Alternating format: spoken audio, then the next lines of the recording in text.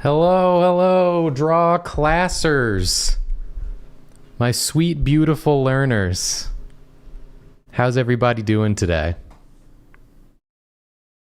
It's me. It's your boy, Jacob. Yes, Andrew Burt, this is Blender. And Lava Hot, hello. We've got a Jacob solo excursion today. I hope you're all ready to get a full dose of Jacob, because we're going to be learning Blender today.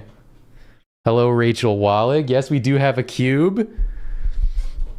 We're going to be learning Blender today. We're going to be watching some tutorials and stuff, so I figured it probably didn't make sense to have a second person, because the second person is going to be the lovely YouTubers who have made tutorials for me to watch on how to do this.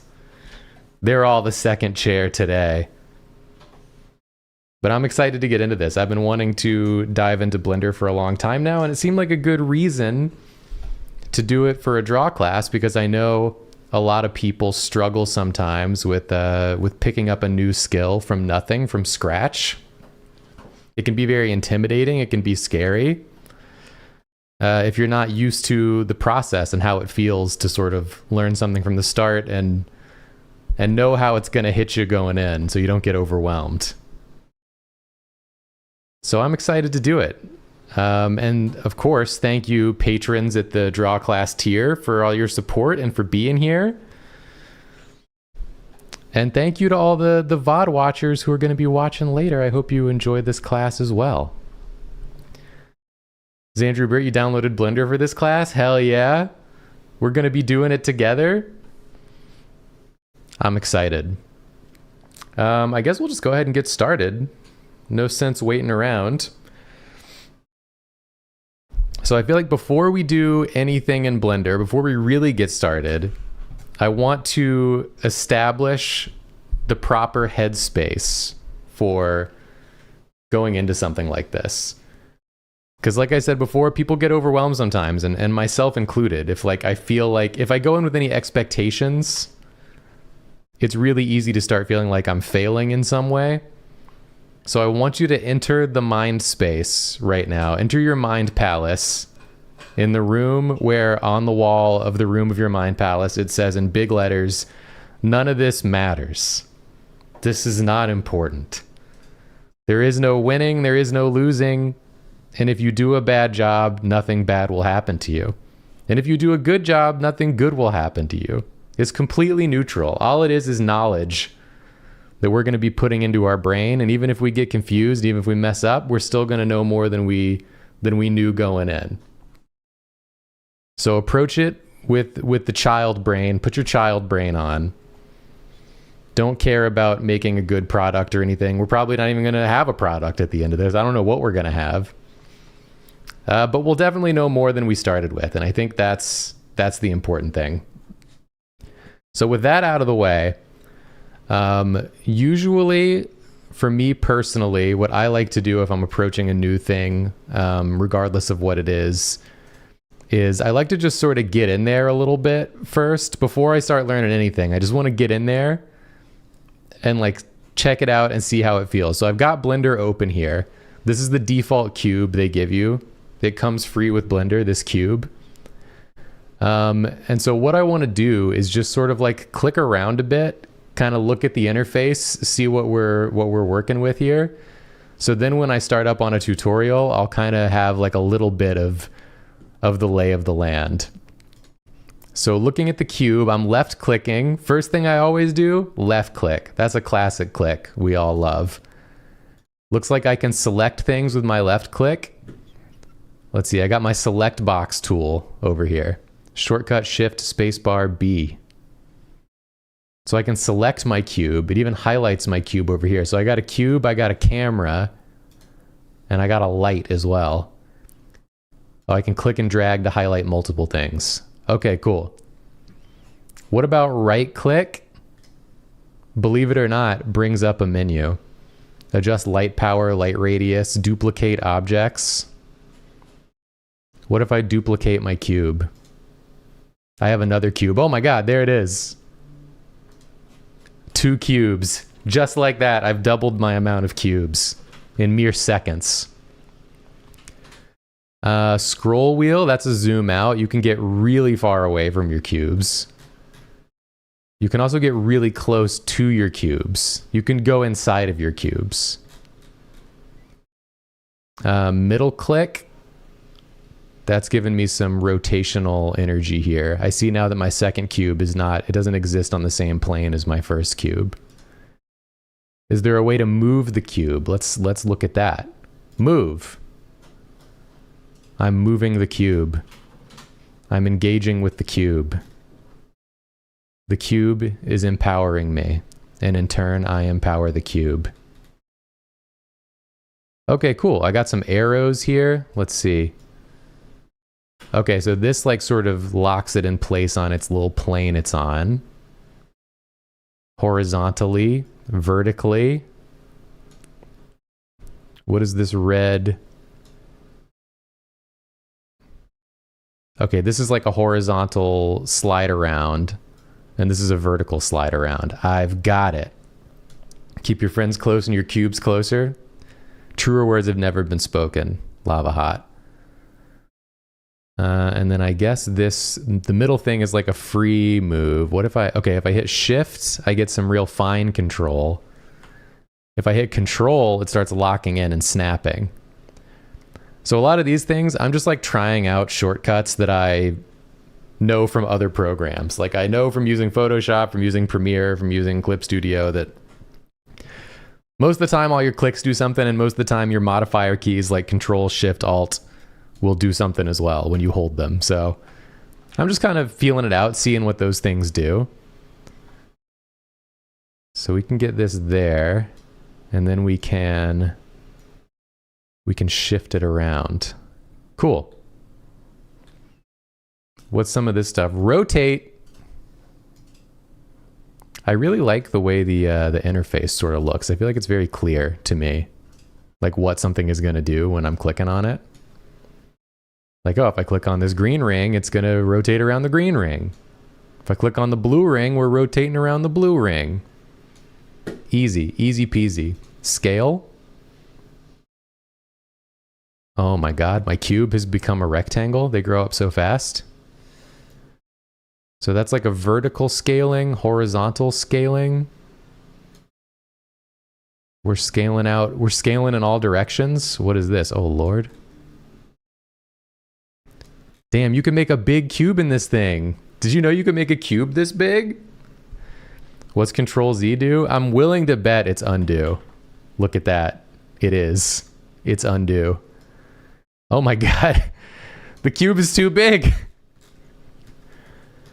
Our original cube looks so small now by comparison. It's amazing how your perspective can shift. We can make it skinny. We can make it tall and skinny. We can make it into like a giant wall in space. Okay. What else we got? Annotate, measure. What am I measuring? Oh, I could just measure like a distance.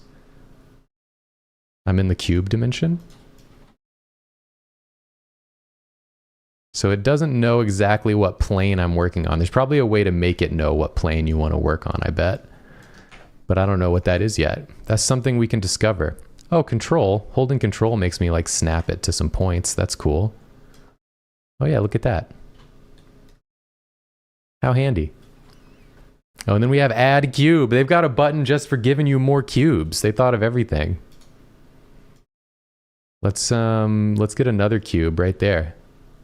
I don't even know where it went. I think it's like inside. I've created like a cubes within cubes, cubeception. Is this how you're supposed to use Blender? Let's take a look at some other stuff too while we're just like looking around. I'm seeing transform orientations, global, local, normal, gimbal. Don't know what those things mean yet. We got some stuff over here. Show gizmo. You can't show gizmo on live streaming. That's against terms of service. Oh, this must be Gizmo. Gizmo, hello. A pleasure to meet you. And then what is this? Show overlays. Okay, cool. I crafted another cube out there in the ether. And then what do we have here? Viewport shading. Oh, am I changing the shading? And what is this? Interesting.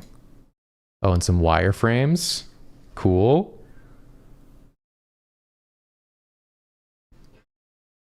All right, and then I want to look down here as well. Oh, we got a bunch of menus here. Tools, render properties. So what if I turn on bloom? Can I get some bloom on these cubes, please? Can I get some occlusion? Can I occlude my cubes? Are my cubes occluded? I don't know. I simply don't know. All right, but I feel like I got like a little bit of a feel for looking around at this thing. And it doesn't seem so scary. We got a bunch of stuff up here. Layout, modeling, sculpting, UV editing. So these like must change the whole like layout of the tools we have. Okay, I see. Oh my God. I can sculpt my cube. Cloth? I can put cloth on my cube? I want it. I want the cloth on the cube. I don't know how to make it happen for me though. Cube. Yes. It wasn't meant to be. They don't want me to put cloth on the cube. That's fair. I'm sure I'll learn that later. UV editing. What the hell? Jesus saves. Texture paint. Oh, that's my cube. That's what happens when you unwrap a cube, of course. Shading. What the? They've given me control of an orb now as well. I have orbs and cubes.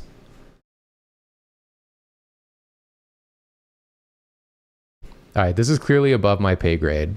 I'm going to start a new file and then we're going to check out a tutorial. We're going to start getting into it because I feel like one of the first things you want to do is just start learning some information. Just start getting some stuff in the old brain. And you don't need to memorize and remember everything you learn from a video. You just want to like start getting the muscle memory and the brain memory, my two favorite kinds of memory. You want to start getting both of those on lock. So I'm going to make a new file, a new general file. We're going to return to a basic cube. And then I've got a true Blender classic of videos, the donut tutorial, viewed millions of times. We're going to take a look at some of that. And we're going to see what we can glean from it. Let's get that up. Blender tutorial for complete beginners. This is by Blender Guru. So let's get a load of this. I'm gonna start playing it. Let me know if the audios is okay. Let's see, intro, download, installation. We've already got that. Let's go to interface. Starters, this view, this window right here is your 3D viewport, and it's where you'll spend probably 90% of your time because it is the 3D world. So you can see that we have three objects here. We've got a camera, we've got a cube, and we've got a lamp. And when we click on it, you can see it's selected because it has the yellow outline. Andrew Britt said, careful tutorial 5. He starts pushing his NFTs. Is that true or is that a joke? Because I don't think we're going to get to tutorial 5 regardless. So let's delete the default cube, of course, and replace. Delete the cube? Delete the cube? You want to delete the cube? Lamp. And when we click on it, you can see it's selected because it has the yellow outline. So let's delete the default cube, of course, and replace it with something else. So we could do that by going up to the add menu up here, or by remembering the hotkey, which is Shift A. So Shift A for add. So you. It's true. Well, we won't encourage purchasing this man's NFTs. I think that ship has probably sailed anyways by this point. Usually the one you're looking for is underneath mesh. So these are called your primitives, and it's what you use to start something when you're looking to make an object. Like if you're going to make a chair, you might start with a cylinder as the chair leg and then build out from there.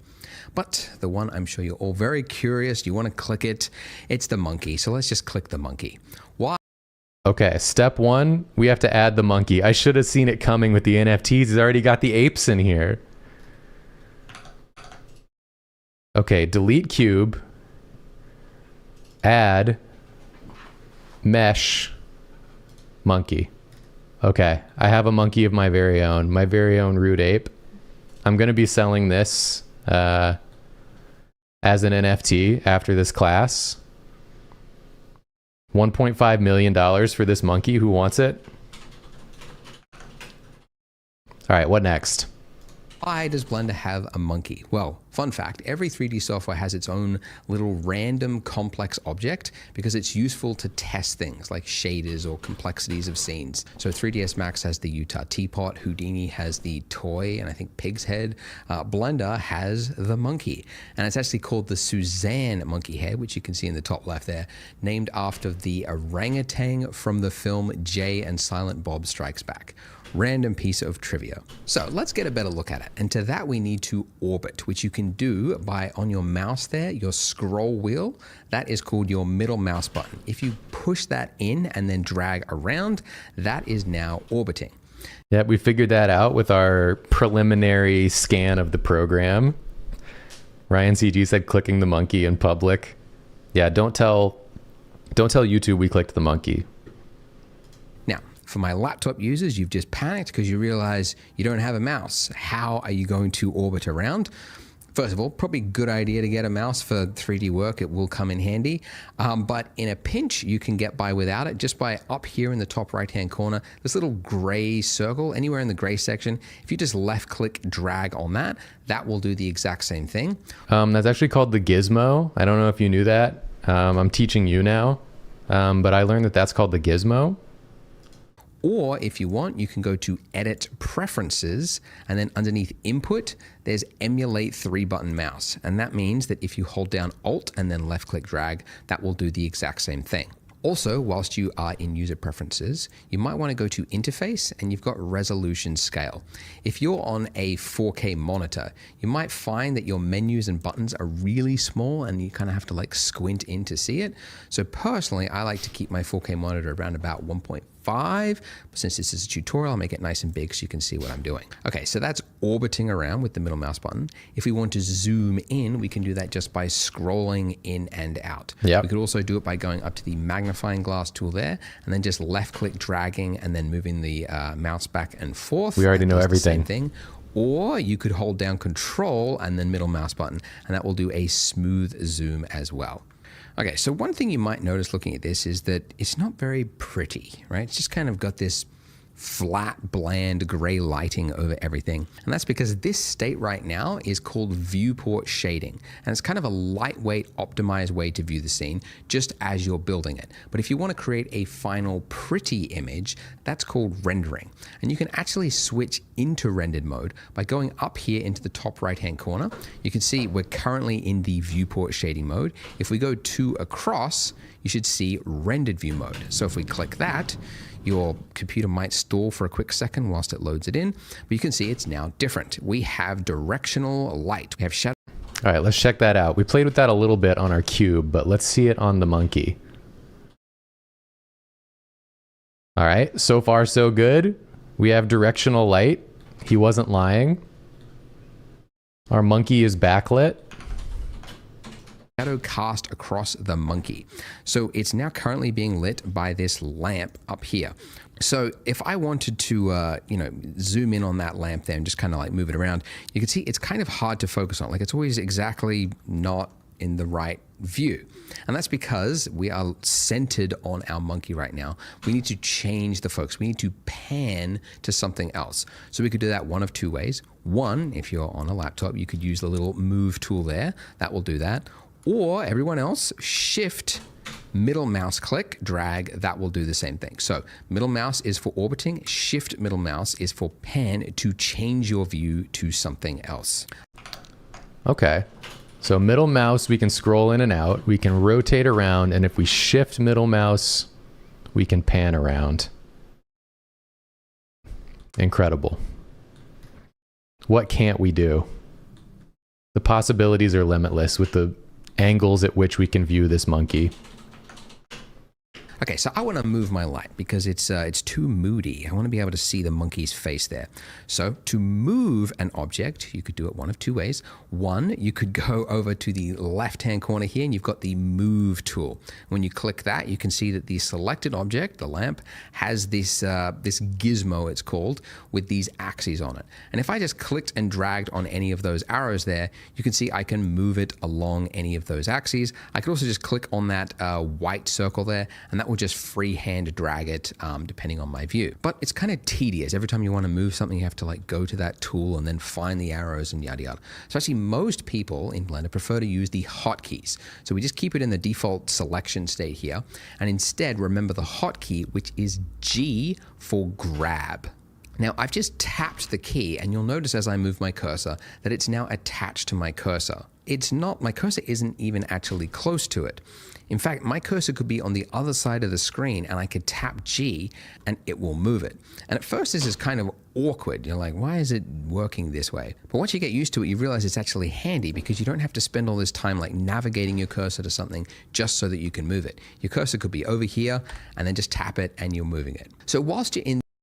Okay, cool. Let's give that a try.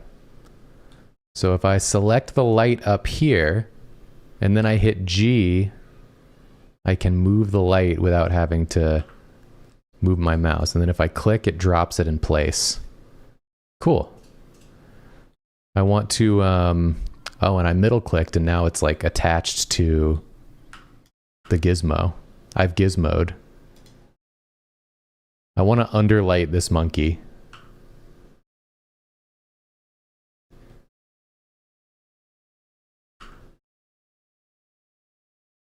I want to make him so scary.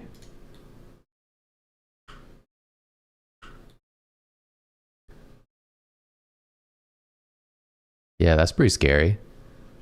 Okay, and then to remind myself, I shift middle click to pan around. Okay, cool.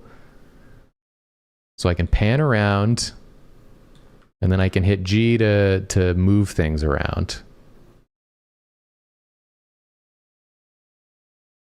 Cool, got it. In this move state, if you want to cancel a movement, you could do it one of two ways. You could just hit escape, or you could right click. Then if you want to confirm a movement, like say I want to move my lamp here and I like the movement, I could just do a single left click.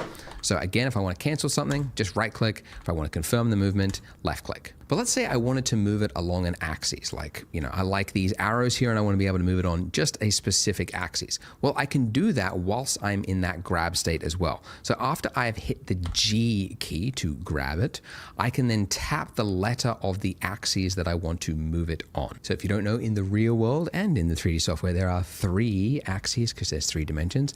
There's the X axis, which I can move it by hitting the X key, the Y axis to move it back and forth along the Y axis with the Y key, or the Z axis to move it up and down on the Z axis. So you can remember those letters, the X, Y, and Z, or the method that I actually prefer to use is whilst you're in that G state, if you just hold down the middle mouse button and then pull out, you can see you get this like gray line that pulls out from the center.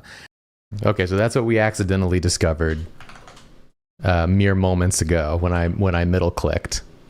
So if you hold middle click, you can sort of attach to the various lines. Okay, that's really helpful actually. And the gray line shows like which line you're closest to and you'll attach to. Handy. Pretty handy. And then if you just drag out and move around, it will snap it to the nearest axes, which again is maybe an odd way to work, but it's actually really handy because it means you don't have to think of the letter and locate it on your keyboard. I can just tap G to move it and then middle mouse drag out and then just find that exact axis that I'm looking for. And so it's very fast to just quickly move the lamp exactly where I want it. By the way, if you're finding it hard to remember all of the keyboard shortcuts that I've mentioned, I've actually put together a PDF, a cheat sheet of Blender's most common hotkeys. It's got the Blender hotkey NFT right here. You can buy it, 10 Ethereum. You can download that by clicking the link in the description, so you could print it out or you could just have it on a separate monitor while you work. Also, if you are from another 3D software package, you might notice that Blender's hotkeys are different than what you are used to. So if you actually go to Preferences, just for those people that we're going to skip ahead. Let's go to making a render. As I am moving around here, I'm like, oh, this looks really good. I've got some nice Rembrandt lighting across the monkey's face. I want to take a photo. I want to take a nice, pretty image of this and post it on socials for clout, right? Well, I could take a screenshot of it, but that would be silly because it's got all these lines all over. It's all noisy, right? We don't like it. The way you take a photo, a pretty image in Blender, is to do a render. So you could do that one of two ways, by going up to Render and hitting Render Image, or remembering the hotkey, which says next to it F12. So when you do that, a little window will pop up. It will use your CPU or GPU, depending on which renderer you've got active, and it will render out a pretty image. And from here, you could go Image and then Save As, and that'll save it as a PNG or whatever, wherever you want to save it. But you might notice looking at this, that this is actually a different view than what we have here. Okay, so let's check that out real quick. So if I go Render Image, it's going to give me the camera angle view. This is honestly kind of sick looking. The lighting I got on the monkey, I got better lighting on my monkey than he did. I don't want to call him out like that, but that's a well-lit monkey. And then I could save that if I so chose to do so. Which I don't, because I don't want to show everyone all my files. All right, let's learn about the camera. Here, right? So here I've got a nice view of the monkey's face, but up there is a different view. And the reason for that is when you do a render, it's not rendering from the view that you're looking at currently. It's always going to render from the point of view of the camera. So this is our camera over here, and it's looking from this angle. And we can actually look through the camera by just clicking the little camera icon there, or by remembering the hotkey, which is number pad 0. So, all right, let's check that out. I want to look through the camera. Number pad 0. Look at that. It's that easy. How do we move the camera? Well, Blender's a little awkward, maybe a little different to other software packages, but you're supposed to like hit G to move it, and then like middle mouse to zoom in and out. And then if you want to like move it along an axis, I guess G and then X. You could do that, but actually what a lot of users prefer, especially those from other software packages, is if you've got your camera selected, which by the way, I haven't mentioned this, but up here, this is your outliner. It's kind of an inventory of every item that you've got in your scene. Okay, so with the camera there selected, if I hit N, N is to bring up the properties, N for properties for whatever reason, and then go to View. There's a little box there that just says Lock to Camera to View. So now, with that active, if I just use the same keyboard shortcuts as before, middle mouse button to orbit around, shift middle mouse to drag it, you can see that the camera is moving with it. So essentially the view, I can set it up exactly as I want. Okay, let's see. So if I go to camera, can I right click and go to properties, or do I have to hit N for properties? Camera, camera, camera, camera, camera.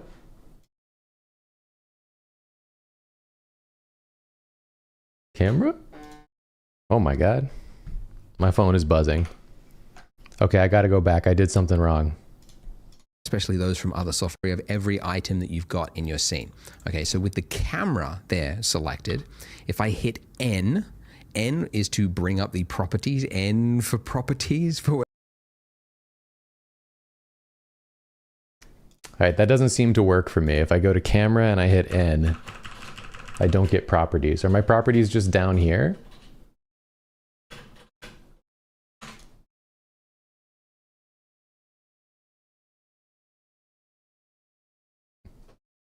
Where's my properties? Please. Oh, there we go. If I click that, it comes up.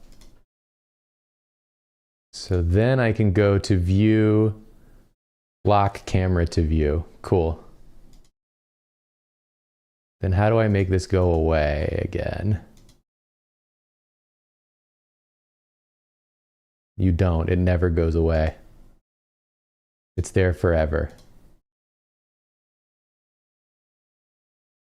Oh, I guess I just shrink it. So there's like a little arrow I can click. Then I can just like send it away like that. Hi, Negapole. You're not late. You're just in time.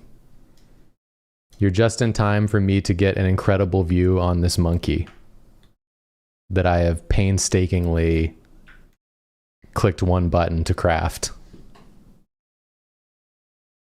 Okay, so now the camera should move with my camera. Does that work even if you're not in camera mode?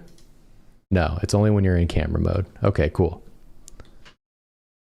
Good to know. So then if I render that, it should be the right angle. Nice. Scoot said dial M for monkey. Classic throwback. This kind of does look like the monkey from Dial M for Monkey, doesn't it? All right, moving on. Let's see. Whatever reason. And then go to view. There's a little box there that just says lock to camera to view. So now with that active, if I just use the same keyboard shortcuts as before, middle mouse button to orbit around, shift middle mouse to drag it, you can see that the camera is moving with it. So essentially the view, I can set it up exactly as I want, then hit N again, and then I can disable that. And then now as I pull out, you can see that the camera will stay exactly where it was. And I could do a lovely, pretty render. But this is too simple. If we post this on the internet, people are bound to make fun of us. Imagine that. Well, we could give it some color, right? So with our monkey head selected, we can go over to here to the properties. So this properties section is where you might spend the other, I don't know, another 5 to 8%, I don't know, getting too exact there. You might spend another 5% of your time in this section, but it's where all of the properties for things are in Blender. So for example, you've got like the render properties, like the size of the image that you're saving something as is defined there. And some of these properties will stay here no matter what is selected, but others are selection dependent. So you can see actually, if I click the camera there, you can see I get a little camera tab at the bottom there. But if I select my monkey, you'll see the camera tab disappears. But instead, I have some other ones that appear. So one that we might want to change is underneath material. And this will enable us to add a material, change the color to something else, essentially. So underneath here, where it's got new, I'm just going to hit new. And then you've got a bunch of options, very IOR, subsurface. Again, don't worry about it. We'll get to all of that later on. The one that defines the color is the base color. So if I do a single left click on that white box there, I can then change this color to whatever I want. I could make it an odd, creepy. Okay. So if I have the monkey selected, I accidentally grabbed the monkey, which as we've established you can't do on stream. I can come down here to a new material and I can change, wait a second, did that say brick texture? That looks horrendous. I thought it was just gonna look like it was made of bricks. It looks like he's had bricks draped over him. I take it back. I don't want the brick texture. Let's just change the color. We'll make him a nice pink.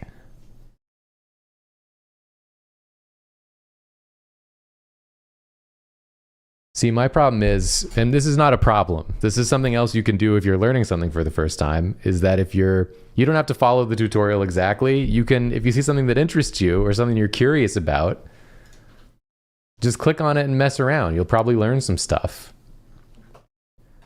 Like, I'm curious about this stuff. What if I say glass BSDF? Look at my monkey now. Julie is sneezing in the background, so you know it's a stream. Excuse me. Bless you.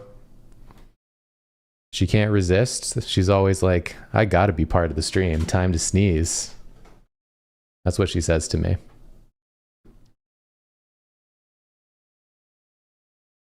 So what if I try a different one of these? What if I try hair? This doesn't look like hair. You lied to me. What about glossy? Ooh, that's pretty glossy. Pretty glossy monkey. Roughness. Oh. Rotation. What is this? Don't know. Blend mode? Don't know. Okay, interesting. Let's go back, see what else he has to say. Skin toned monkey head, right? Like that. And do a render. Okay, so hey, all right, it's better, but still it's too simple. I think people will think we haven't put enough effort into this masterpiece. So let's add another object. Let's give the monkey a hat. So if we want to add another object. Giving the monkey a hat, not clickbait. How do we do it? Well, we could go to the add menu, like I mentioned before, or the hotkey Shift A. So what sort of hat do we want to add? We could do a boxy hat. Let's do a party hat with a cone. So once we've added that object, you can see it's just plopped it straight in the center into. Okay, let's add a cone. I'm adding a cone. And I'm going to attempt to manipulate this cone into being a hat before I see what he tells me to do. I'm going to see if I have what it takes. So we can use G to move, and then I can use this to go on the axes. I mean, honestly, what more do you need? There it is. I feel like I should change the light to highlight the hat better. Maybe we get it a little bit away from his face. It's a little bit close. I feel like I'm blinding him. Yeah, look at this. Monkey with a hat. Monkey with a hat. Okay, I want to try to, let's shrink this a little bit. I can make it a shorter hat, taller hat, thinner hat. That's kind of what I'm thinking. And then maybe if I rotate the hat back a little bit, we can sit it back on his head, move the hat. I want to do it like this. Maybe move it to there. That looks pretty good. Let's move it down just a bit. Look at that, I don't even need a tutorial to put a hat on a monkey. They said it couldn't be done. All right, let's see how he does it. Let's see if he uses the correct techniques. Secting our monkey. So we need to move it. We can move it and we could grab it with the G key. So it's now moving it just on our cursor there.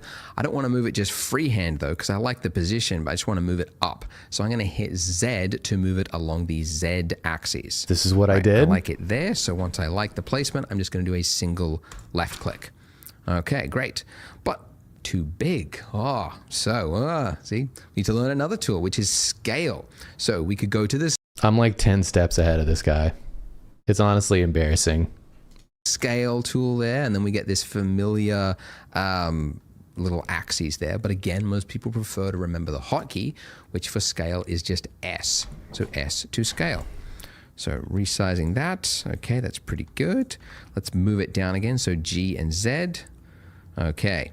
All right, but yeah, let's say we want to make it a little taller. Okay, so we could scale it along just the Z axis. So S and then Z, whoops, S, Z, there we go.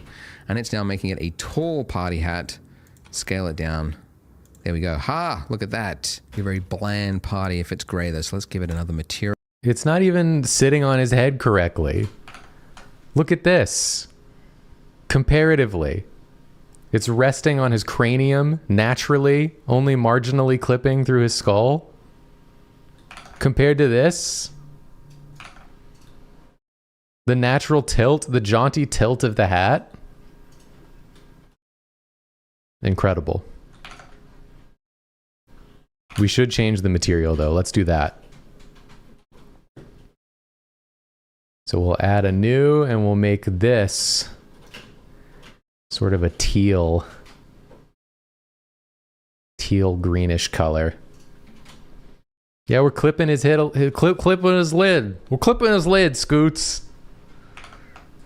Material, an exciting color, a vibrant aqua color. Why not? Similar Give that thinking. a render by hitting F12. Okay. Camera is in the wrong position, so let's go to camera view mode with number. Okay, yeah, let's mess with the camera a bit. Get the camera correct.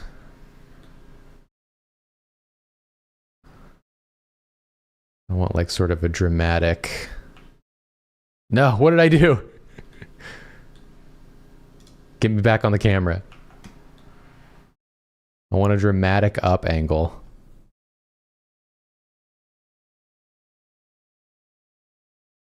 Something like this. And then F12 to render. Look at that. This is a monkey who's experiencing something. Experiencing euphoria. Pad 0. I'm going to select my camera, and rather than dabbling with that little thing I had before, I'm going to hit G and then middle mouse, just tap it once.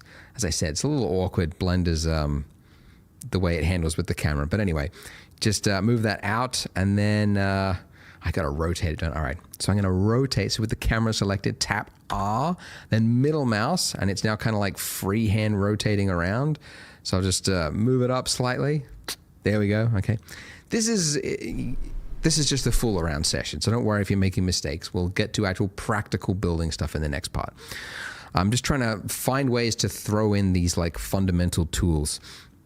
Rotate, right? The monkey's head is just, he needs to look dead on at the camera, and currently he's off. Ah, what an excuse to use the rotate tool. So you could enable the rotate tool, right? The familiar axes there. You could click and rotate it around like that. Again, most people prefer to remember the hotkey, which is R to rotate, right? So it's now just freehand rotating on my cursor. Remember the axes, as I mentioned before, can be used for any mode. So the X axis will rotate it back and forth. The Y axis, tilt it, or Z, there we go, to turn it towards the camera. Just a little bit, right? And there you go, F12. And we've done it. Let's save it. Let's upload it to our... It lacks artistry. Compare it to this. The angle, the tilt, the emotion. It's simply not the same. Station, and then just wait for the recruiters, essentially. All right, let's start a new scene so that we can get ready for part 2, where we're going to actually start building our donut and learning some of the more core features of Blender. So click here and I will see you in part 2. Okay, cool. So that was part 1 of the video. One thing I am curious about, and I'm sure that you can you like, if I highlight all of these, can I like manipulate them together? I can. Oh,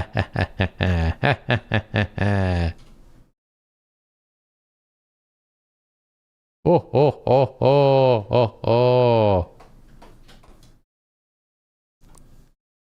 Okay, cool. I feel like I got a little grip on some of the basic stuff here. And I got to make a monkey head. Let's, something I like to do, I accidentally started playing the like animation thing down at the bottom, which you can't see. Something I like to do when I'm learning as well is try and like take some time to just mess around on my own And so let's try to like mess with some of the stuff we just learned and like reinforce it by like doing it ourselves. So let's like add another object. Let's add a torus. Oh, we can like deck out the monkey even more. I gotta stop hitting the space bar. That's the first thing I gotta do. Maybe I could make this into like the monkey's collar or something. Let's see if we like rotate it down, rotate it, rotate it down. We go downwards like this. And then maybe we can like move it like backwards. I feel like I probably am going to need to give him like a neck too. Let's put it like there, and then maybe we rotate it a little bit more. Oh, that's definitely not right. Okay, monkey, you got to turn your head. You got to turn your head to make this right for me, bud. Okay, that's looking a little better.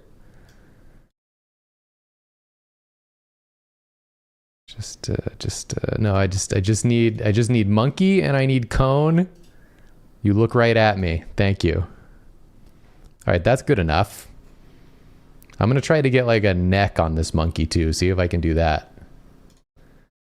We're gonna add a cylinder. Wait, what about a curve? What does that mean? Does that say hair? Fur? Add a fur setup? Can I put fur on the monkey? Oh!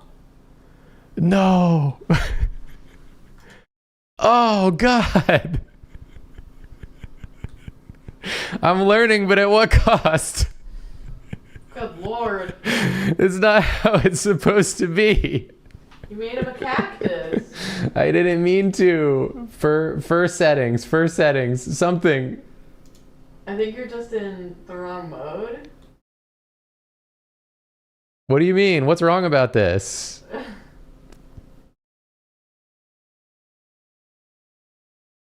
Okay, I don't know how to manipulate the fur as of yet. All I know is how to put it on there. I think you're in the wrong view mode. Oh. It's gotten worse. You want a backseat? I got excited about the fur. You got excited about this? What's the last one? Oh. This is my like rendered with lighting looking mode. I see. And this is like the basic one. Right. Well.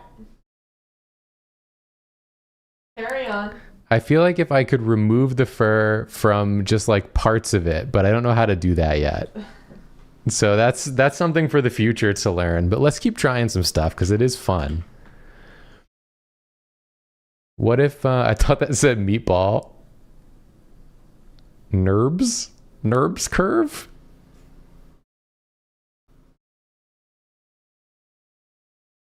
What's a NURBS curve? Volume. Grease pencil. Why is there a monkey here too? What is this? There's just another, what the heck? There's just another monkey in here. A different monkey. A flat monkey. With like no hair? This is just a guy.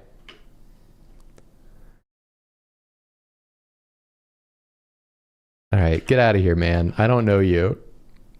You're not my monkey. All right, let's go back to what we were doing. We're gonna make a neck for this guy.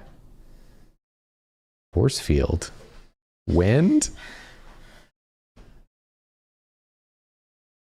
Okay, wait. What if I put fur on him and then I add wind? Can I make his fur blow in the wind? The neck has to wait for a second. This is important. Add fur. add wind.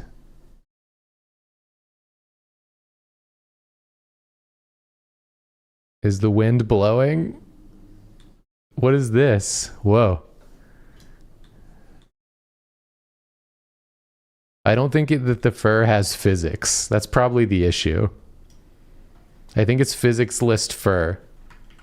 But something to think about for the future, for sure. Okay, let me get a neck on this monkey, and then we're gonna move on. I have another tutorial I want to try by a different person. See if we can't like do something totally different. Add cylinder. Okay, we know we're gonna need to scale this bad boy down.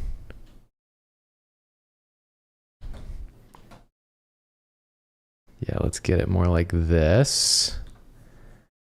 And then we can move it down. We can move it down in an earlier round. We can move it over this way. And we're going to, oh. I'm like free rotating it. This is too much freedom. Okay, what about this? Sort of.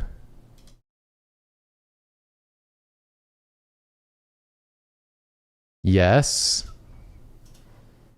It's happening. We're doing it.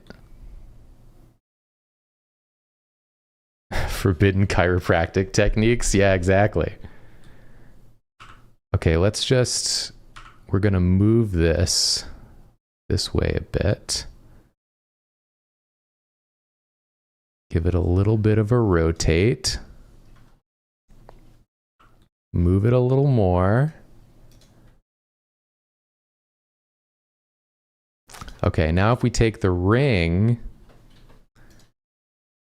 and we scale it down, can we make it a beautiful necklace or what?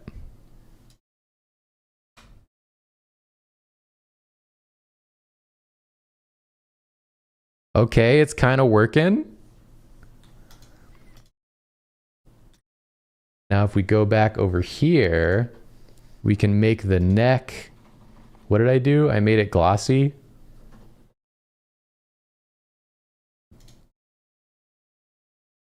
We can make it match the rest of his body, sort of.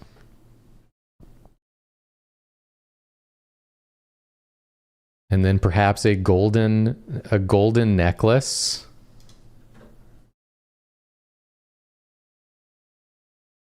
That's beautiful. That's incredible. With a glass surface.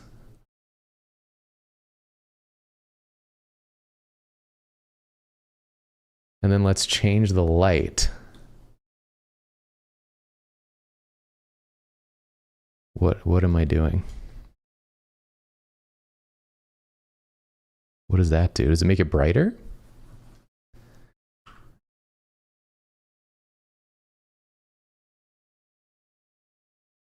Let's get it sort of like this.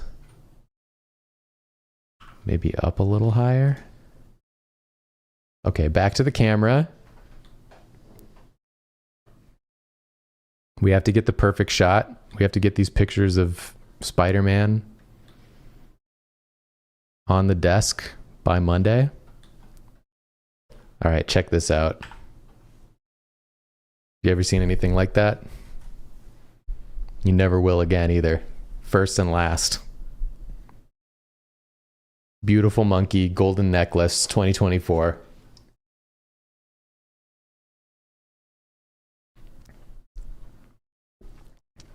All right, let's try out the other tutorial I found. I feel like now we've taken some of the stuff we learned, we've tried applying it in different ways. I feel like I'm getting more of a grasp on all the stuff. So let's we're gonna start a new file. We're gonna just Gonna be honest with you, I'm just gonna delete this monkey. It's kind of the fun part about practicing too. You don't have to save anything. I love just moving on. This monkey had his time in the sun, and now he's gonna get sent out to pasture. Bye. Back to cube, baby. Okay, so I found another tutorial I really wanted to try, which is this one from Art by Tran. Cute Isometric Kitchen Blender 3D Beginner Tutorial. Which you'll see the kitchen is pretty dang cute. And this also coincides with sort of my next point when you're teaching yourself stuff like this, is once you've got some of the basics, it can sometimes be good to find something that like aligns with your interests more, rather than just like whatever a tutorial tells you to do. Like find something that's like, oh, that's like the kind of stuff I want to make. So one of the things I'm really interested in is these like cute little environments. Like this, it's so precious. It looks like a little toy. So I feel like stuff like this would be really fun to make. So it's good to like start going into stuff that relates to your interests, so you can actually be engaged with what you're working on. So we're gonna give this a shot, see what we learn from this. And you know, maybe we'll see once we get into it. Maybe it'll be too advanced. We'll have to try something else, but that's like part of the process. You could just go around and try stuff. There's no downside. There's no consequences. So let's take a look. Beautiful piano music. Basic navigation. I'm going to turn that down because it's just music. Wheel up and down to zoom. Shift middle mouse to move the view. Okay, we learned that.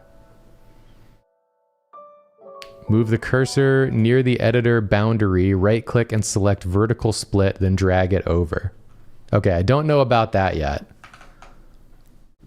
So we'll move the cursor near the vertical boundary, we'll right click and we will hit vertical split. And then we will drag it over. Oh, look at that. Two views.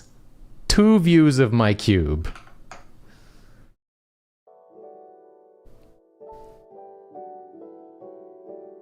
Here I chose the viewport shading and turn on camera view by clicking the camera icon. Okay, so on the left one, she's saying she's putting it on the viewport shading. But they all say viewport shading. Wireframe, solid, material, rendered. Which one is she doing? She's doing rendered and the camera view. Okay. So I guess this is like a good way to keep an eye on like your final, what your final product is going to look like. And then it looked like she had the guidelines, the overlays turned off as well. Okay, cool. Yeah. So now if I do something to my cube, I can see how it looks on camera. Oh, that's neat. Handy. All right, what you got? You know, I'm going to mute this because I'm worried about the piano. I don't know if it's going to get content ID'd or something.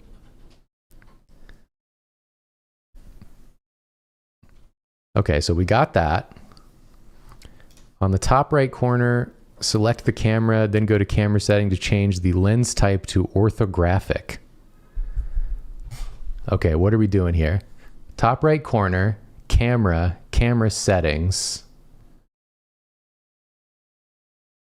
Change the lens type to orthographic. Okay, let's see.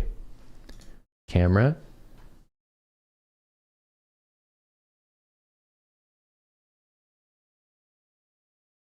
Camera settings.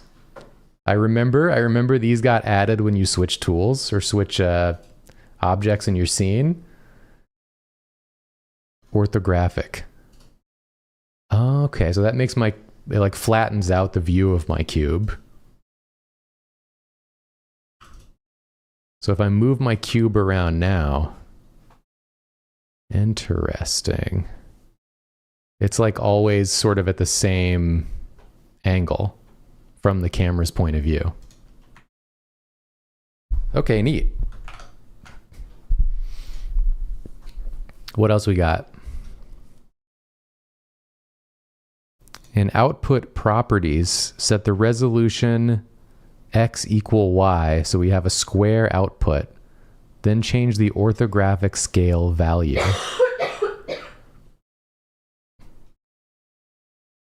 I think Julia really wants to be on this stream. She keeps trying to jump in. She didn't even hear me making jokes, so it was pointless. But you heard my jokes, chat. Okay, output properties. Where are those? Output. We want x to equal y. What did she set it to?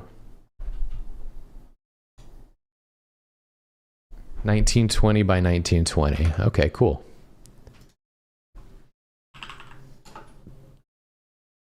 So we got a square output now. And then change the orthographic scale value.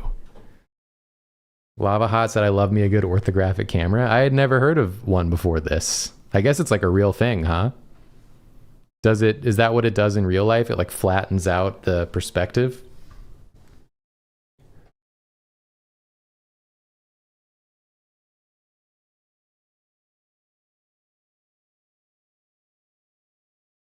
Okay. So she went back to the camera settings and then scaled this so that it sort of fit. Wee! Wee! It looked like she had it at about a 4, so we'll put it at a 4.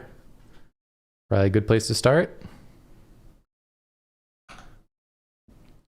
Okay. I'm ready. Walls and floors.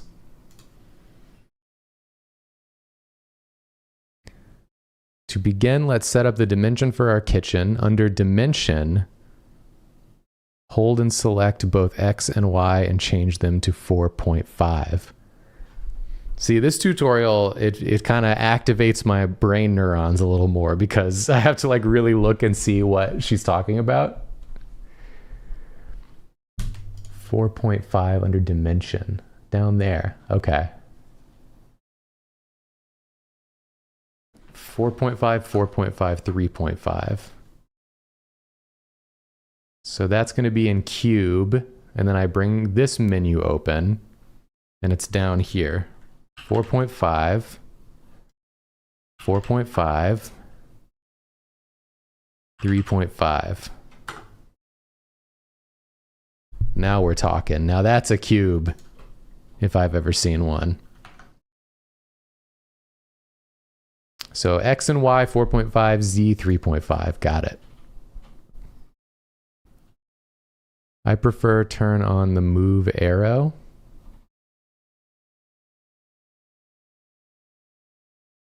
Let me go back and catch that again. Turn on the move arrow.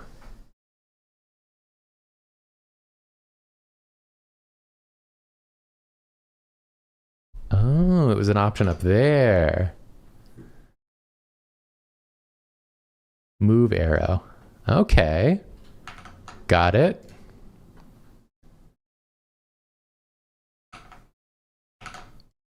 No, now go back.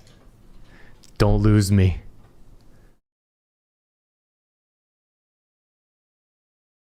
Okay, so she's clicking on the gizmo. Did she click on the -y? Okay, yeah, and that changed the view. Scoot said, just went down the Blender Wikipedia rabbit hole. NURBS, non-uniform rational basis spleen. Spline? Spleen? NURBS. They certainly found the funniest acronym for it. Orthographic cameras have no perspective. They're really only virtual since all real cameras have perspective. They kind of behave like isometric perspective in games. Oh, that's so cool. I love that. So we're moving this up. Look at that. Okay, cool. So doing that centered the Y here. So then our x-axis, we're like side scrolling right now. This is our x-axis, this is our z-axis. So you can rotate it, you can center it in all sorts. So this would be like a top-down view. Yeah, I get it. And then this is, we're back here again, it's the same. Whether it's Y or negative Y doesn't seem to matter for that. And we're moving this up. How up are we moving it?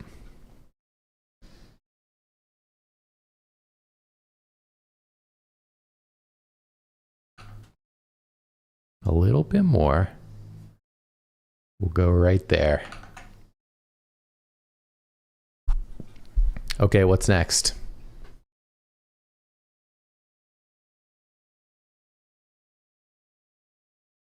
We're changing the orthographic scale. And we're aligning it in the middle. Okay, so I learned how to do this. We go to camera. We got the scale. What's she putting it at? Let's see. 7.7.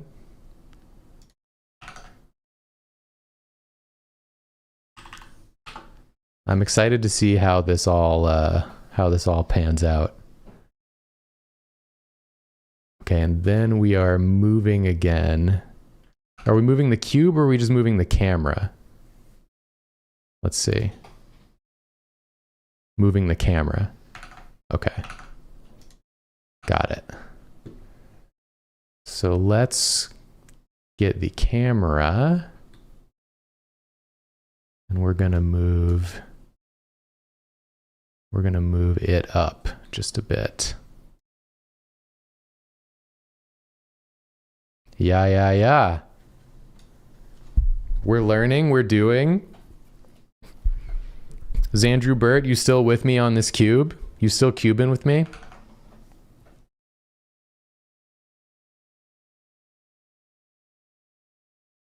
Press tab to go to edit mode, then 3 for face selection. I'm struggling. I feel you. I feel like I'm getting it so far, but it's the pieces, you know, have not all come together yet, but we got to trust the process.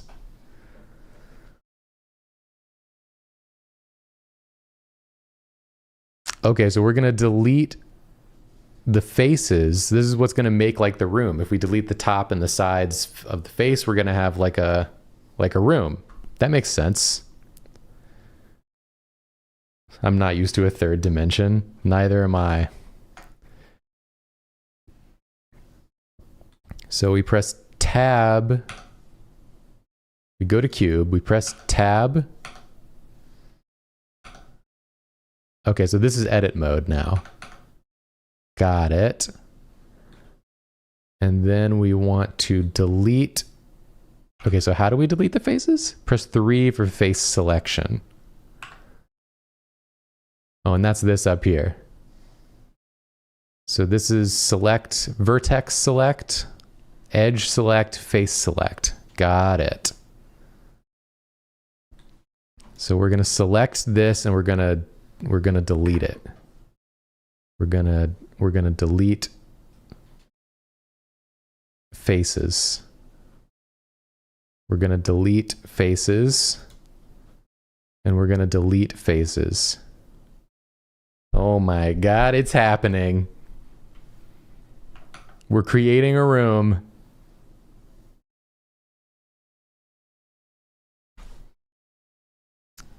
Oh, you can just press X to delete, huh? The more you know.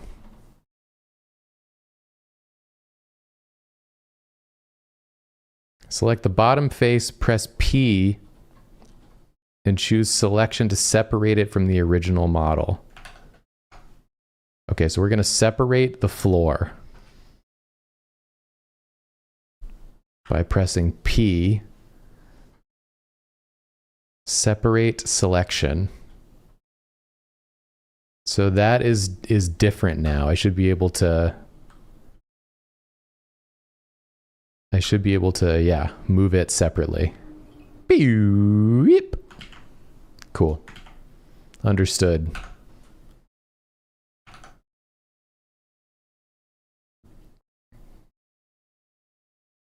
Go back to object mode. We now have two separate objects. Let's change their names accordingly.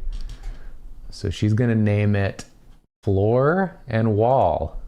Very creative. Okay, so you are now floor and you are now wall.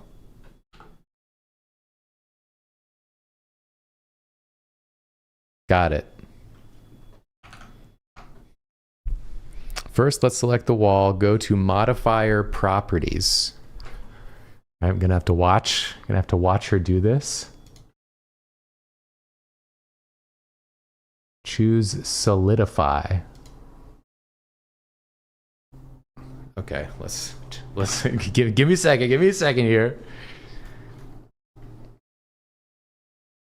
We're gonna choose the walls. We're going to go to modifiers. We're going to add a modifier.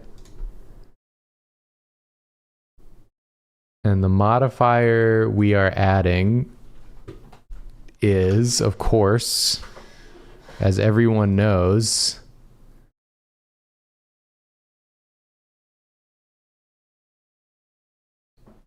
solidify. Add modifier. Where is solidify? There it is. Generate solidify. Oh, so it has some depth now. It's become an actual thing. Offset value to 1 and thickness to 0.2. So offset's going to be 1. Oh, and I guess that is like how it is. Hold on, I want to get a closer look at that snoot. That's like so that it's sitting on the edge of the floor rather than on top of it, I'm guessing. Let's see. -1. Yeah. That's what it is. Thickness 0.2. Oh, that's thick. Is it supposed to be that thick? I'm using my wrong shortcuts now when I clicked back to YouTube.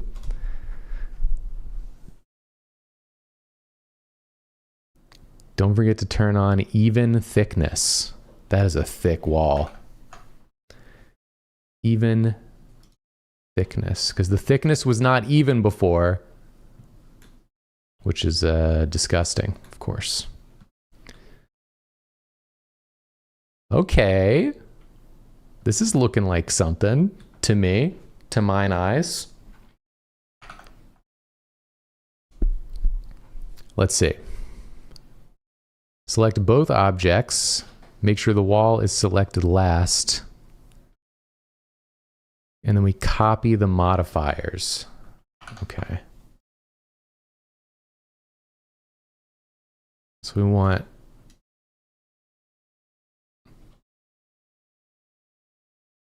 want to copy, what'd you say? Control L? Link/transfer data. Copy modifiers. Yes. Yes. Looks like a beautiful pizza box. Set the offset to -1 and then apply. Okay. Offset -1. So that brings it up in line. Got it.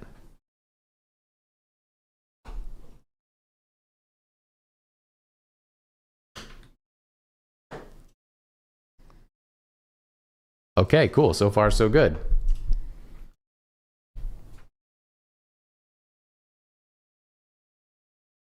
We have a room. Also apply the modifier to the wall. Are they not applied at this juncture? They seem applied. They seem as applied as they can be.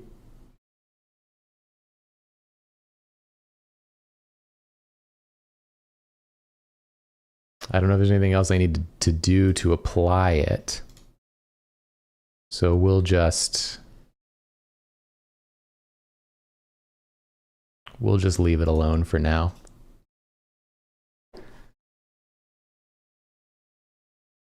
Is there anything here?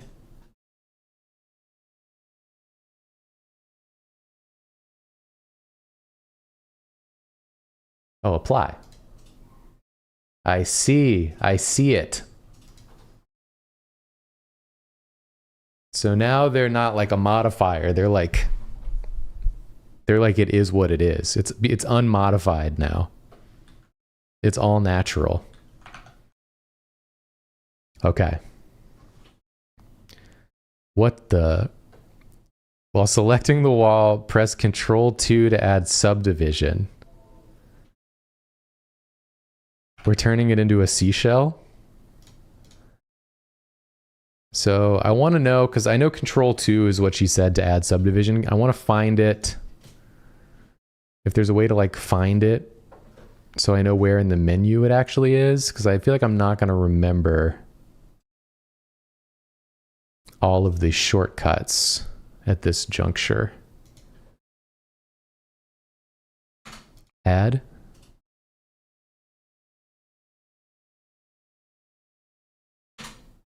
Perhaps a subdivision of some sort. I simply don't know. Right, we'll do it your way. We'll do it your way. Ctrl-2, add subdivision.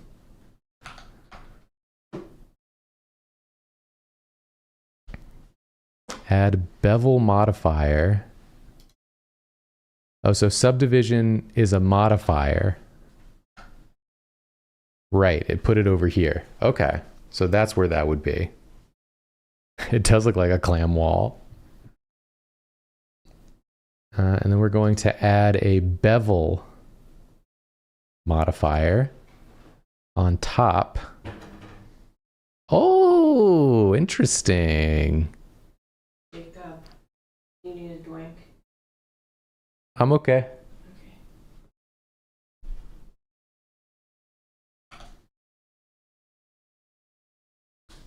Change the segment to 2, limit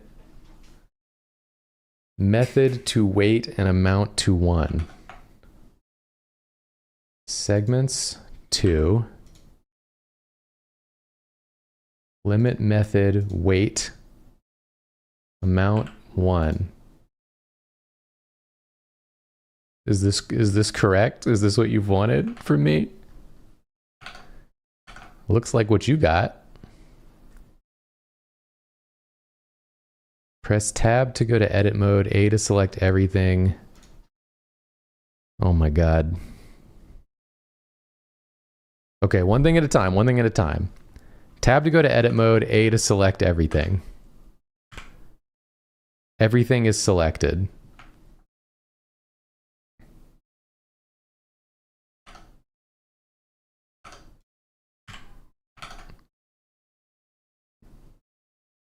Under item, edges data, drag the mean bevel weight to 1. Damn, y'all got terminology, huh? You got terms and words, huh?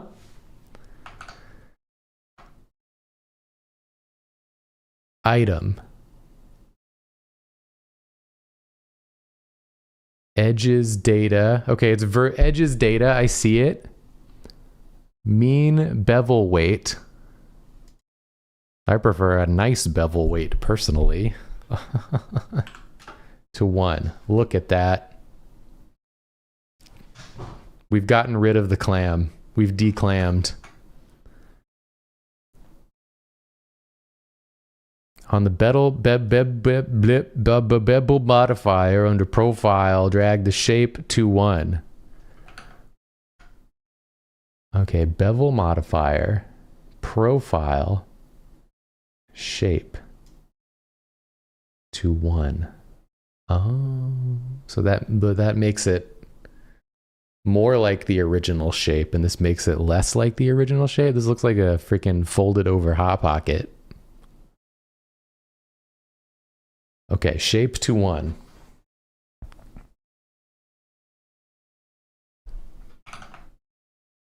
Oh god, it kept playing. Okay.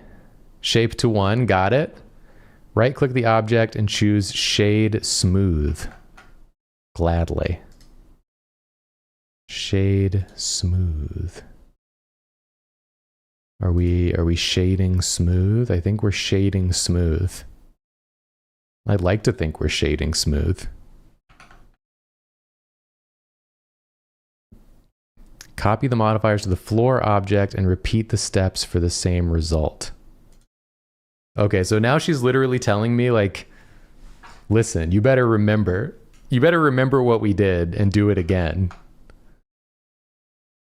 So I remember we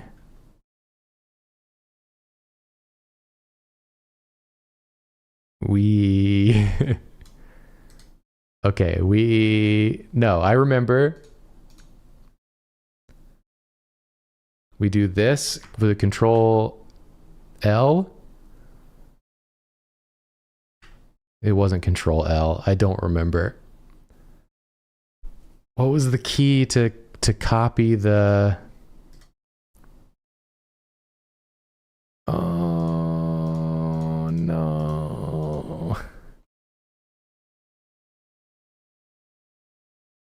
Object mode. Highlight everything, control L. I've remembered I have to be in object mode. Okay. See, when you mess up and then you solve it, that's when the neurons are really connecting in the old brain. Now, control L, copy modifiers. And it makes it into a circle, which we knew to expect. Because now we have to go back to...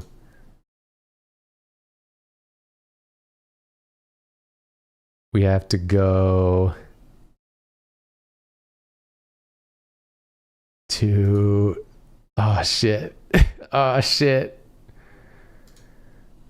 What was the next part? We've got the subdivisions. We've got the bevels. We've got the shape. I thought it was something up there. Does it... Do we have to be... No.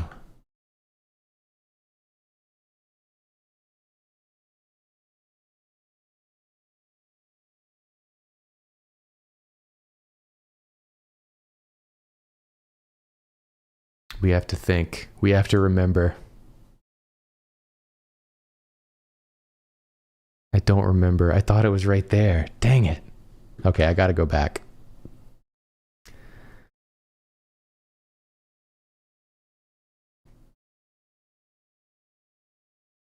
Okay, so that should all be good because we copied the modifiers. Edit mode, select everything. Oh, so I have to select everything first? Is that it? Edit mode, select everything. There it is, and it does show up there. Okay. So I wasn't crazy. This is where it is. Xandrew Burt, you figured out how to delete the walls? You're way behind, but figured it out? Hey, as long as you figured it out, that's all that matters. That means you'll still be cruising. Then it was mean bevel weight to 1. Yes. Take a look at me now. I found mean bevel weight.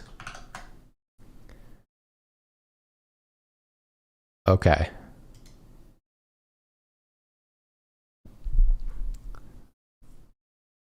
Oh, and then the smoothing. We have to shade smooth. Yes.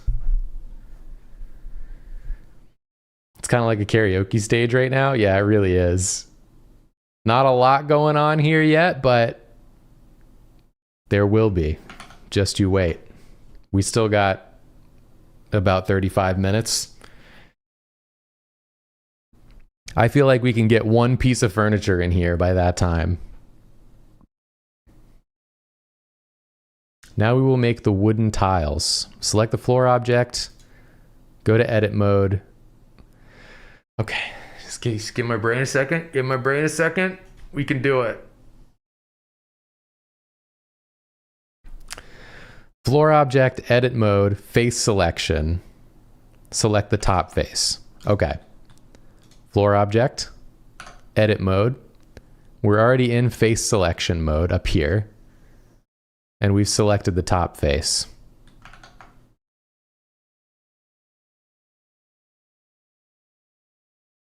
Shift D to copy, then right click to cancel the movement.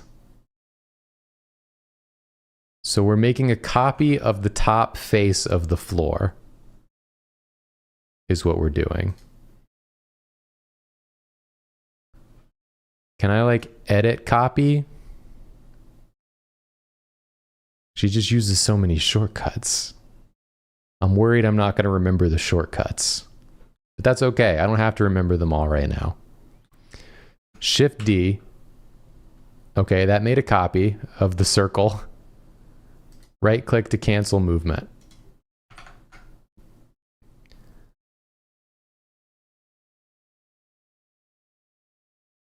Okay, let's go back a bit here.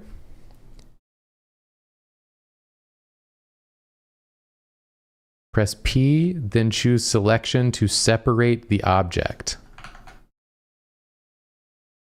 Okay, P, separate selection.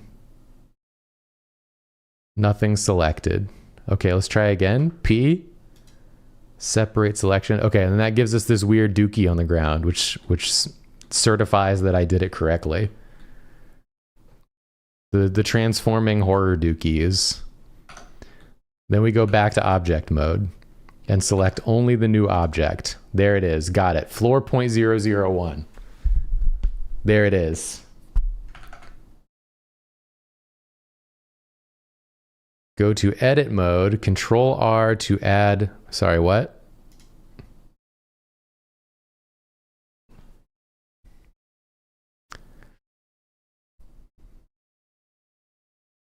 Edit mode, Control R to add loop cut.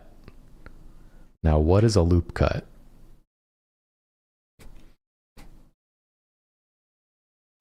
So see, I feel like if you're, not even doing this tutorial, but doing something like this, this is definitely a tutorial that's a little bit above my pay grade and that there's a lot I don't know or understand. But even if you do something like this that's a little bit above your pay grade and you're not quite understanding everything that's happening, that stuff still kind of sits in your brain. And then when you go and do other tutorials and you backfill more information and make other connections, you'll sort of fill in the info around what you missed. Like, it all contributes to you learning in the end. I think people get hung up a lot on like optimizing their learning, where they're like, if I feel like I'm not doing it like the perfect way to get the maximum results, and it's not worth doing. But optimizing it is not, ironically, not the best way to go about it. The best way to go about it is just doing something consistently, even if it's unoptimized. As long as it's something new and you're doing it with consistency, then you'll get there. So I'm going to add a loop cut. Did I do it? How do I know if it happened? Wait, do I need to go back to edit mode? Yes, go back to edit mode. Okay, edit mode. Loop cut. Loop, oh. Something's happening. Use the mouse wheel to increase the number of cuts to 9. Oh, okay. Left click to cut. Oh, okay. 6, 7, 8, 9 cuts.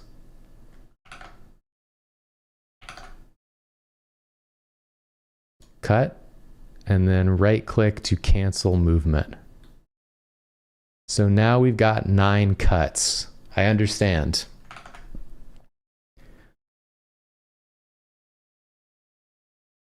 Control B and drag to extend just a little bit.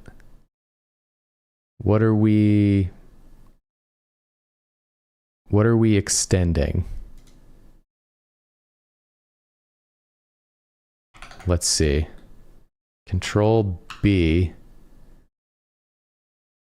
and drag to extend. That's not, I don't want that there. Control B.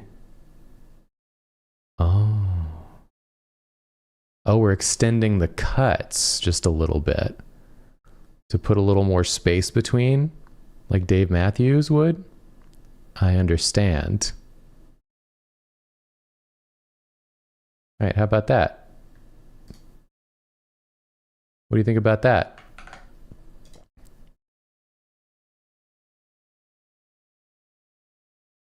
Left click to confirm, then X to delete faces. Okay. Confirm. Delete faces. Did I delete faces?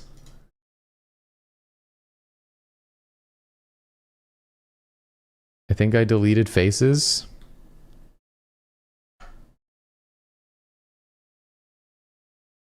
Control R again to make horizontal cuts, alternating 1 and 2 until finish. I see.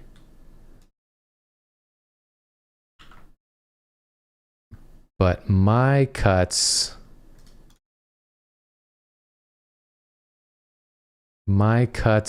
aren't right.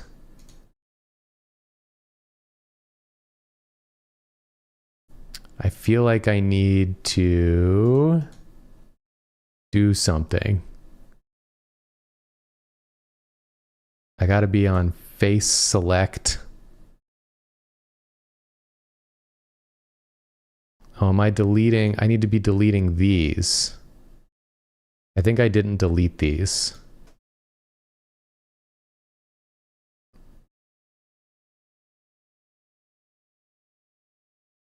No. Yes. Delete faces. Okay, now we got some slats. Look at that. Try telling me that's not slats. We're entering Julia mode, time for floorboards. Exactly. I got to channel Julia on this one. So now if I control R, yes. It's just as I had planned. Oh God, it's not just as I had planned. Hold on, undo. Control R. 1. Okay, stop it. 2 cuts. No, wrong key. It's so funny using a new program. You feel like a little toddler, like you're so clumsy with everything. Okay, 1 cut. And then 2 cuts. Stop it. Let's get in there a little bit. Okay, 1 cut. 2 cut. 1 cut. 2 cut. 1 cut. 2 cut. 1 cut. Yes.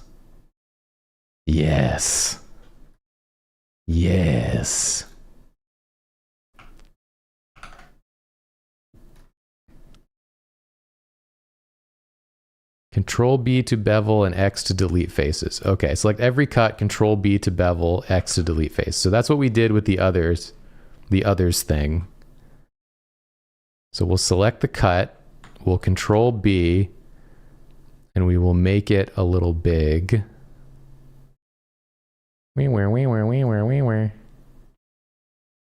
How big, you ask? How about that? How about that big? What do you think about that? And then we will delete the face.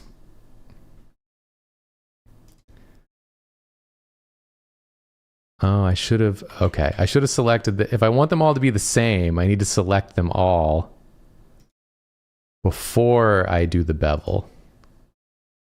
This makes a lot of sense. And I demand consistency, and I will settle for nothing less than perfection. So now we're beveling, and the bevels will be the same, of course.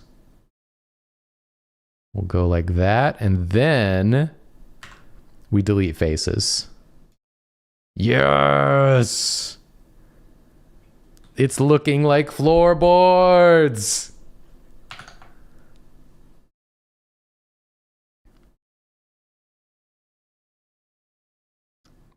Okay, I've done it. I'm way ahead of you. Once done, press A to select all and E to extrude. Oh my god. We're making little pancakes. A to select all, E to extrude. Oh!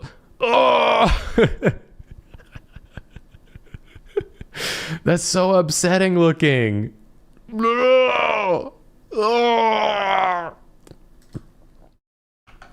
Okay, wait, how much are you extruding?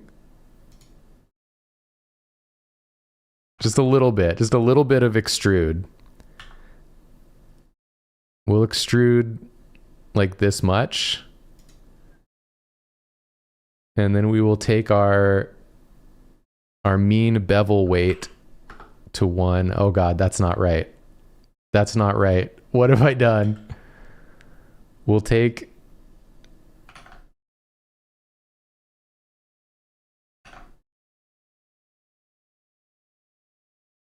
shouldn't that? Oh no.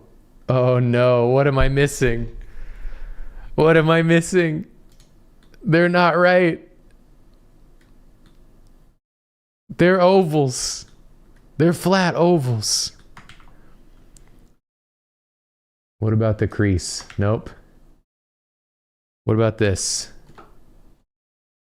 Nope.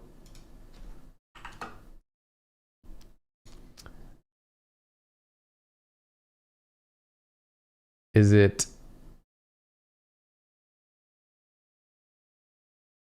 Maybe it's this over here?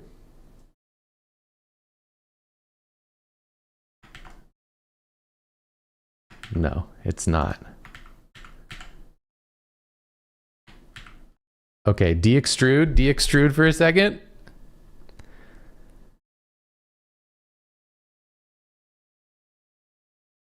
We gotta think about this. We extrude.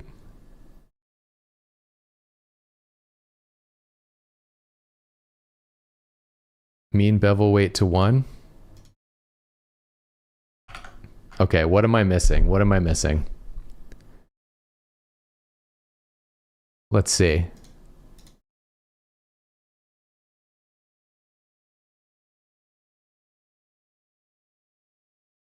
We did this.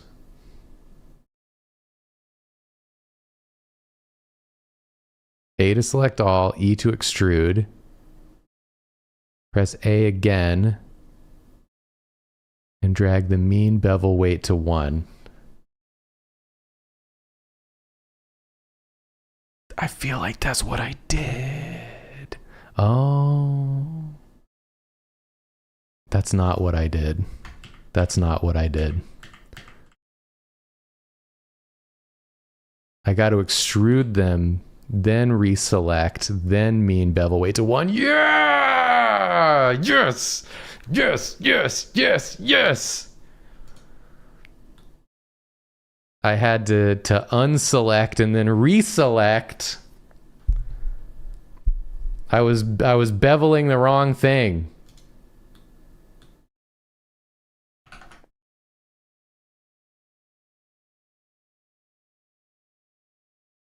The only thing is, hers look nice and rounded, but mine look really sharp.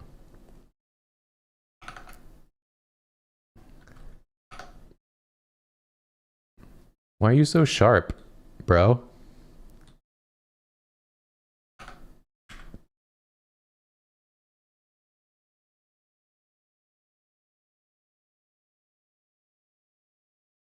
How do I de-sharpify you?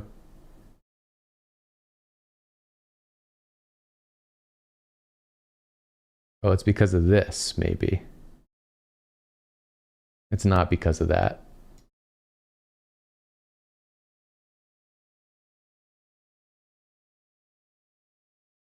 It's because...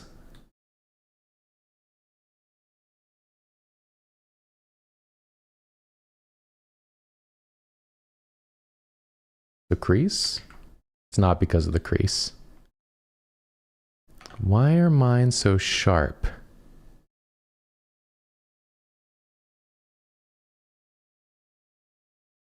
Something is different. Let's see.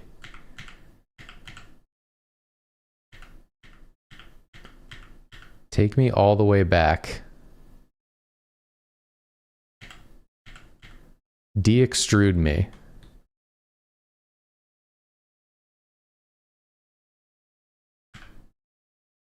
So if we select all,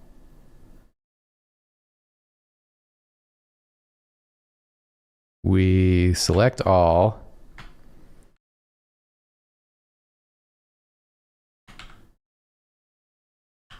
we stop hitting the wrong keys, we select all,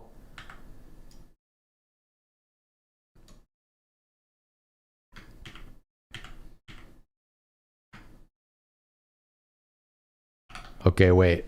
Wait a second. I'm losing it. I'm all caught up.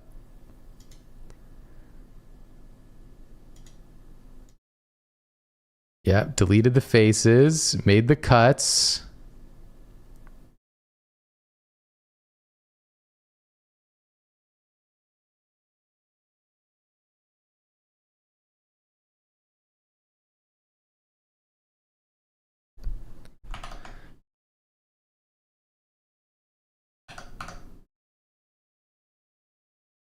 A, E. Oh God. Oh God, stop. E.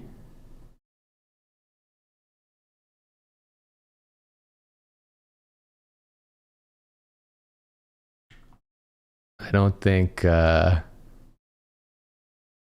that's right. I feel like that's incorrect. Maybe it has to be on this.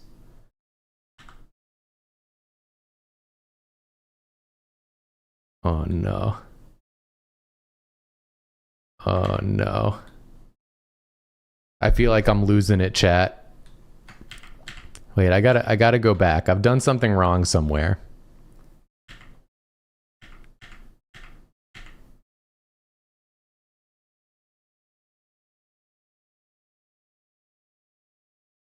Okay, so if we're back here,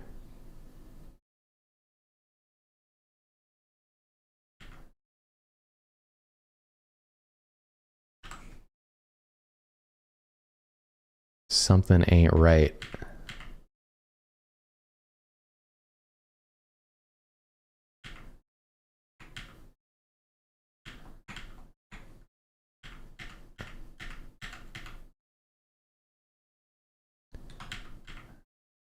Where am I?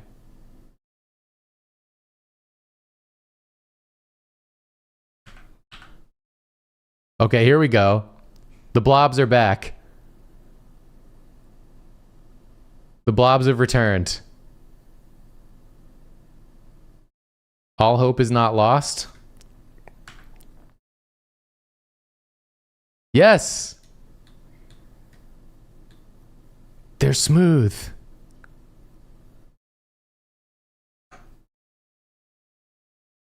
They're so smooth now.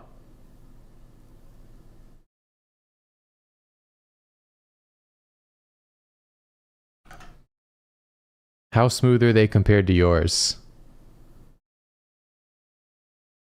They're maybe a little too smooth. Maybe I made them a little too tall. Okay, one more time.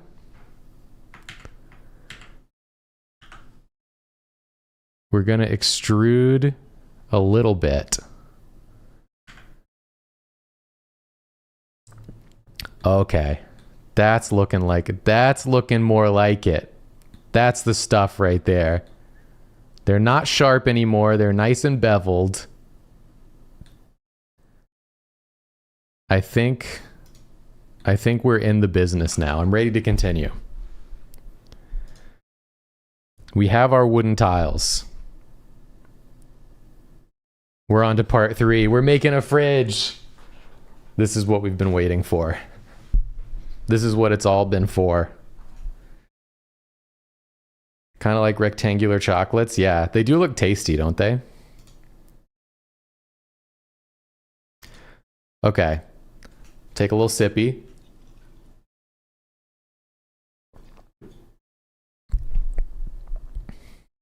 Bring the 3D cursor on top of the wooden tiles by holding Shift plus right click. What does that mean? What mode are we in? Are we in object? We're in object mode. Shift right click. Okay. And that did put it on top of the tiles.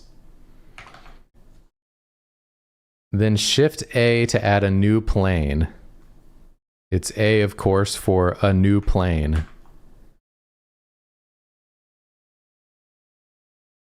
Oh, Shift A, Shift A. We want a plane. That's a plane, all right. I tell you what. Okay, what's next? Use the arrows to move your plane into position. And that's the position. We want to scale it down. So it's about 3 planks, 3.5 planks. Okay, so now I can remember, I can think back to what we've learned before about centering the camera above a certain place. It was like this. I'm underneath. I need to be above. I need to be above. Z me up? Yes, Z me up, Buttercup. Okay, plane. We are going to move you like so. And we are going to scale you in various ways. We're looking for, let's go back to move here. We're looking for like a 3.5. So you're too tall. Let's see, what are we looking at here?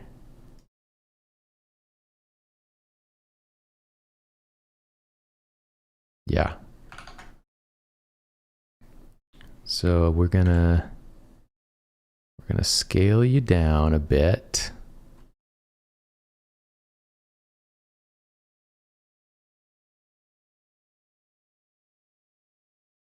So I can get it like this. Oh, I see, I see.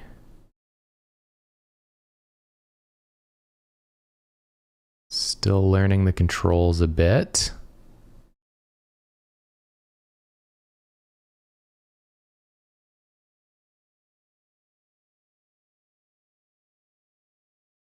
I have to like apply it. I keep forgetting that. I'm just going to go to the scale menu here.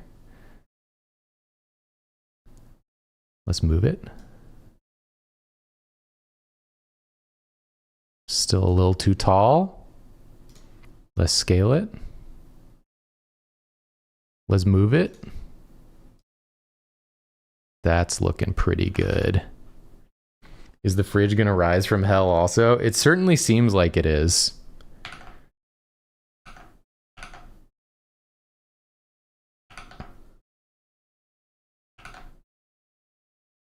that seem right? 1, 2, 3, 4. 1, 2, 3, 4. Maybe like a little bit narrower.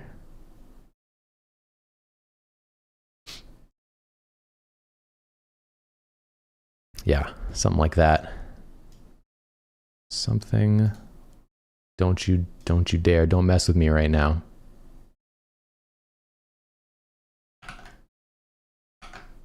I'm going to say that's probably good enough. Now teach me how to rise it from hell. Edit mode, A to select everything, E to extrude up. Okay, so I'm learning. One thing I'm definitely learning is that A is to select everything and E is to extrude up. I'm definitely learning that.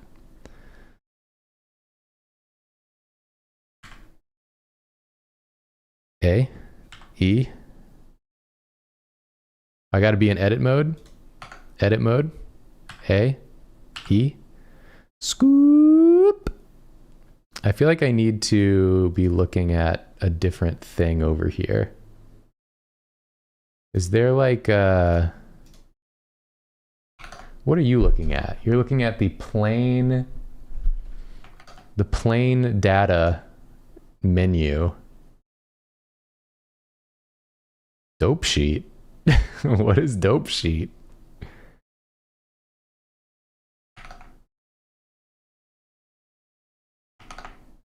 How do I look at that menu?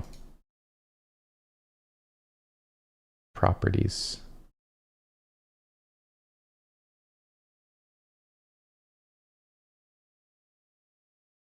I'd like to see the properties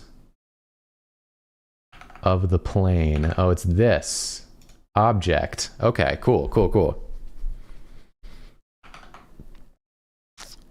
1 by 1.5 by 2.5.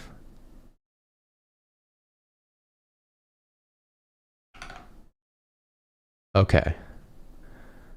So we are extruding. Oh, I need to extrude it. Oh God, oh no. Stop extruding, stop extruding. De-extrude. We're gonna have to extrude all over again. Oh, I hit the wrong button. Oh God. We're fine.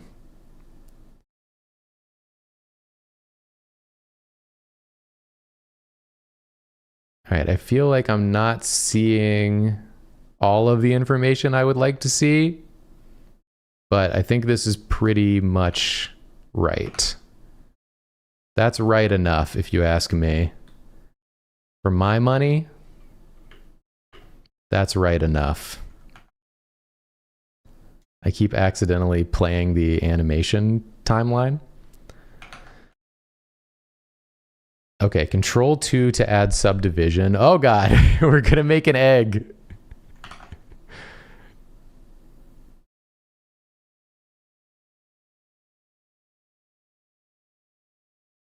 Okay, Control 2. That didn't work. I need my... What am I doing? Control 2.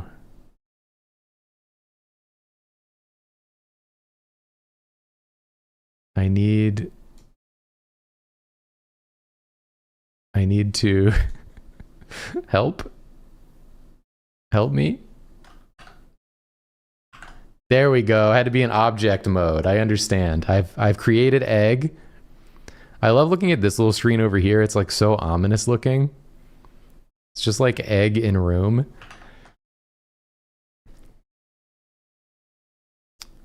Go to edit mode, press 2 for edge selection. Select the following edges. Oh God, you're going so fast. You're going so fast. Calm down, calm down. Edge selection. We're selecting the top left and top right edges, and then we are pressing Control B and dragging to bevel.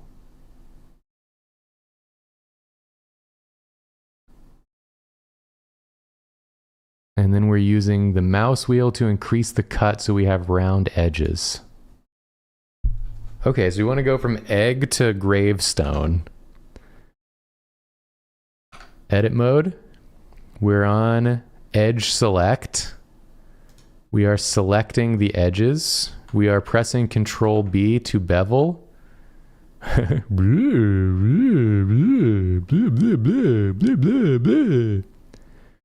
we're mousing up to make it rounder. Oh my God, you can just kind of keep going, huh? So maybe something like that. Seems about right. Do the same for the bottom edges, but not too much. So I'm looking for like a real tombstone ass shape. Not that one. I need this edge. I need this. No. This edge and this. No. This edge and this edge. Thank you. I'm going to bevel now.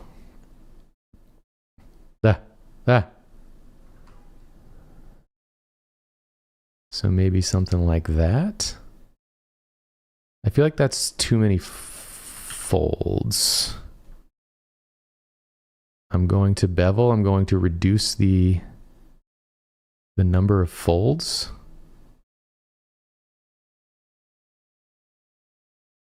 Maybe it was a good number of folds. What do you think about that? Oh, she's got like a two-fold situation going on.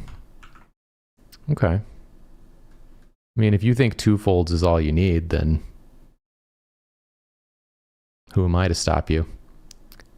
Okay, that's looking pretty good. Now we're going to modifier properties.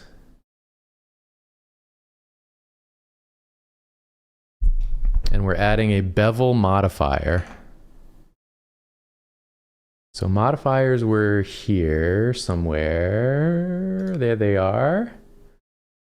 Add, generate bevel. And move it up and change the segment to 2. Okay, move it up. Oh, look at that. It's really shaping it out, huh? Add the set, change the segments to 2. Oh, it's becoming smooth. It looks so edible. Why does all this look so edible? I want to eat all of this. Okay. So you can kind of just make, what I'm learning from this is you can kind of just make a general shape. And then you can bevel it out to like fill the whole space better, to make it smooth. Interesting.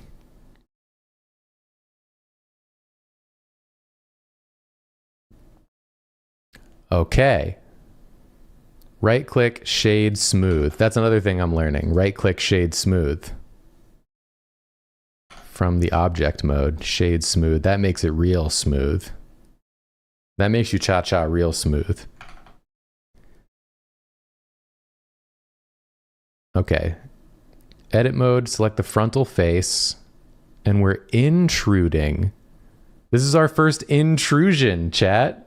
We've only extruded so far, but now we're intruding? Okay, back to edit mode.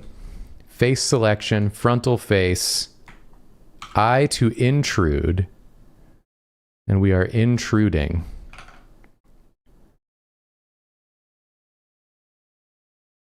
We've intruded.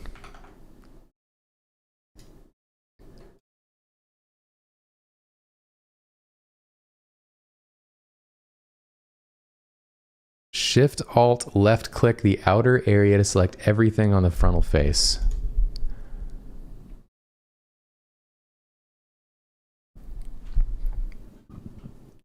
So we're making a copy of this face, like the whole thing. So she said Shift Alt left click. In object mode? No. Shift Alt left click. That doesn't seem to be working for me. Let's go back again.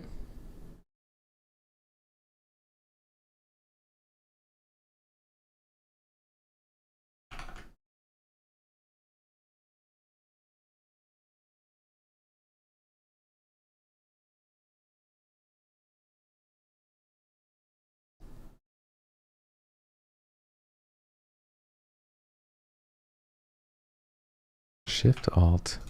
There we go. Shift Alt left click. And then Shift D to copy. And then right click to cancel movement.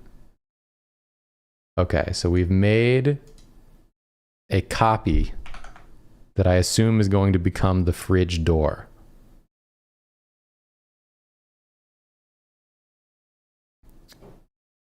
P then, she goes so fast. P then selection to separate object. P, separate selection. And then over here, that becomes its own thing. And this is going to be the door, fridge door. Relabel that. And we know it's worked because it's got the dookie on it. We've generated dookie. Select the new object. Just a little slower. Select the new object in edit mode, press A to select all, and then E to extrude. So A and then E to extrude, A and then I to intrude. And we're gonna extrude it. Oh, it's so cute. Okay, I'm excited. A. E. That ain't right. A.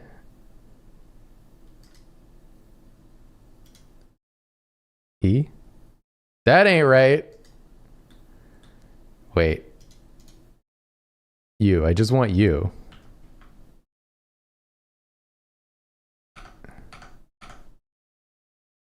Fridge door.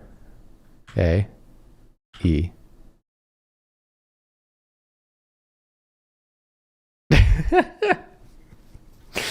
I think I didn't do it quite right or something.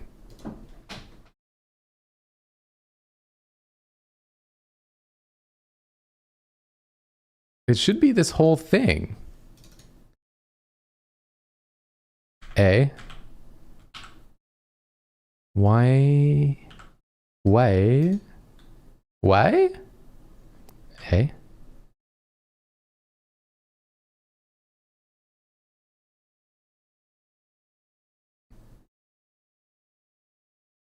Yeah, because I got this right here. A. E.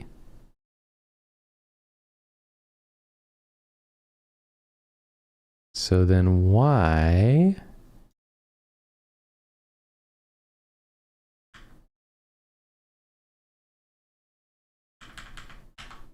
Why can't I extrude it?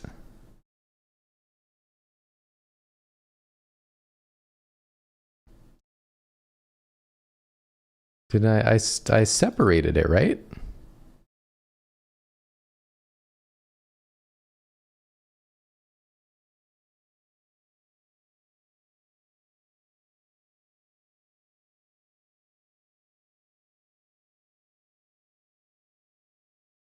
Oh my God.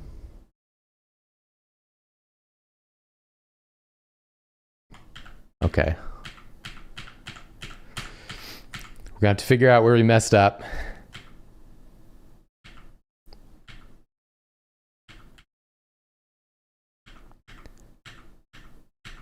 Take me back.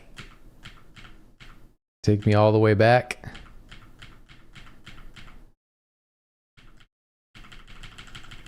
I don't think I can go back any further.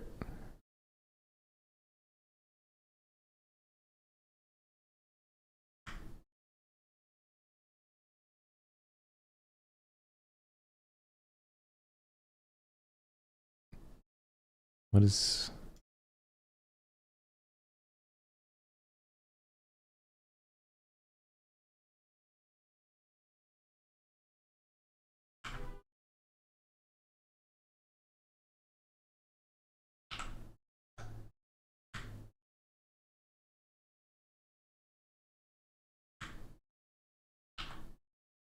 What are you doing?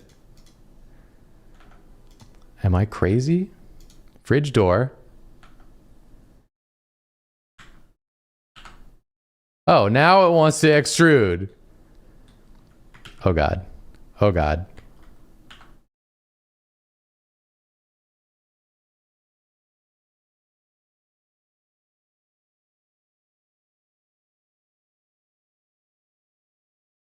I've noticed, once again, my fridge is very sharp. Why is it so sharp?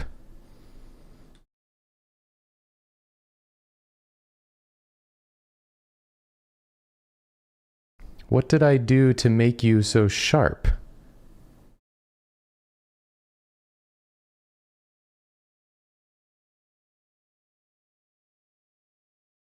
The two segment bezel makes you sharp.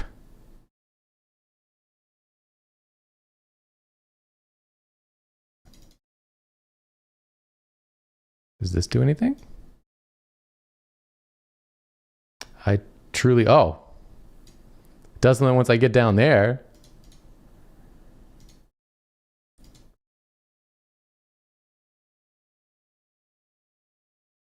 So if I just put it at a 1 segment,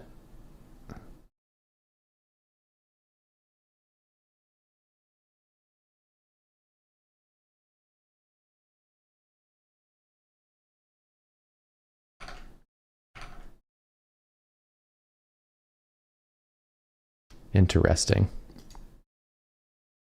There's clearly a lot I still don't understand, but that's okay. We're getting a lot of information here. Uh-oh.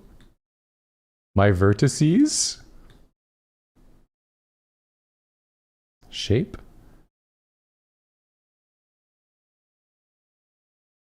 There's a lot of sliders that don't seem to do anything at all.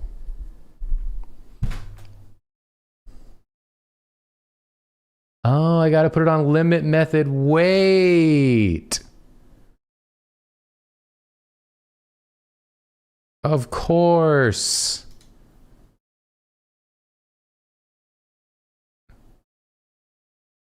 Except now the back of my fridge has become a potato.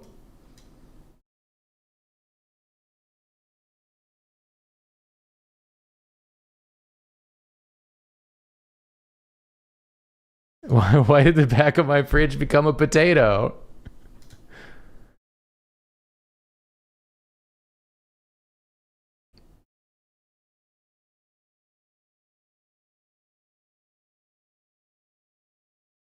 So if this one's on angle, it seems to work better. But that one's on weight.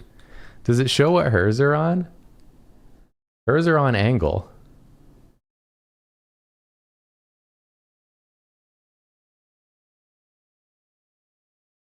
She's at 0.1, 2 segments. At 0.1? 0.1.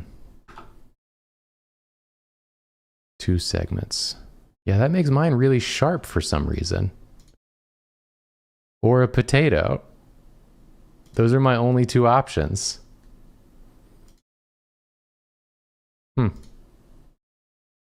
Well, hey, you know, you can't know everything. Let's continue on. Oh my God. There's no time to continue on. Class is ending. Dang. I was having fun doing this, though. So let's see. This is the progress we made in the about an hour, over an hour we've been working on this.